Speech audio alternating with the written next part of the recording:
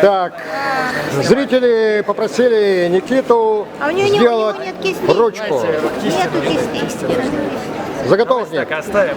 Давайте, Ручку это да. не для выставки, это уже в мастерской надо снимать. Понятно. А скажите, пожалуйста, она вот так, как бы, вам удастся сохранить и взять ее домой? Да, дальше мы ее срезаем, она Вы срежете высыхает. при нас? Нет, ну глине, чтобы высохнуть при как обычной комнатной температуре, нужно достаточно продолжительное время. То есть до такого кожетвердого состояния она доходит за 2 часа примерно. А чтобы она высохла вот до такого состояния, то есть уже прочная, ну относительно прочная, она еще в воде, конечно, размокает. Ей нужно уже там ночь или день даже, нужно даже 2 дня бывает, если зависит от толщины глины, от толщины изделия. Ну вот такое изделие, наверное, будет сохнуть, может, день. А можно подробно?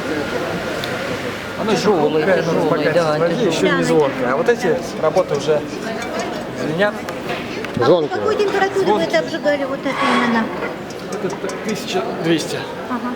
И сколько по времени обжиг идет? По времени обжиг по-разному идет, это как раз от обжига зависит, там, от типа глины уже зависит время обжига. А потом в них можно готовить?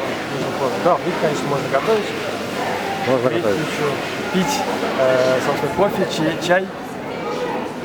Естественно, керамика очень хорошо хранит сам И продукт. это Молоко. лечебная посуда, да? Да, лечебная абсолютно, посуда. Никита, а где можно натуральная купить вашу материалы. посуду? Купить сейчас можно на выставке, можно на ярмарке мастеров приобрести. Никитас Ceramics. Ну вот, соответственно, вот сейчас на выставке Крафтмастер можно было что-то приобрели, кто успел. А это специально вот это был задуман так? Нет, это вот спонтанное решение, это оригинальный чайник.